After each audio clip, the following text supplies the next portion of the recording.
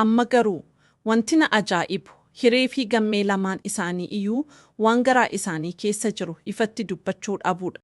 Hareem yeroo gammee ilaaltu akka waan duraanii hunda yaadattu fakkaatti. Gammiinis yeroo hiree bira dhaabbatu akka nama ammallee ishee irra fagaachuu hin dandeenye.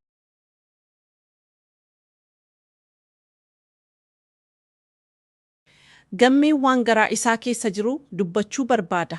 Garuu yeroo hiree fuuldura dhaabbatu jechoonni isa jalaa badu fakkaata.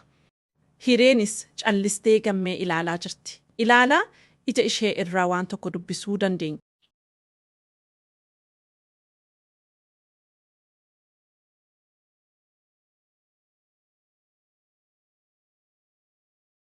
Isaan dhugumaan wal jaallatan maaliif ammas walitti hin deebine? Amma yeroo inni ishee ilaalu ilaalaa. Fuula isaa irraa waan garaa isaa keessa jiru dubbisuun ni danda'ama. Isheenis callistee jirti. Garuu callisuun jedhaa turantu jira. Kana keessatti immoo hireen waan ishiin guddaa yaadni ishii guddaan barnoota irratti xiyyeeffachuu ture. Gammeen immoo barnoota irratti xiyyeeffachuu osoo hin taane ishee argachuu irratti xiyyeeffatee kan jiru.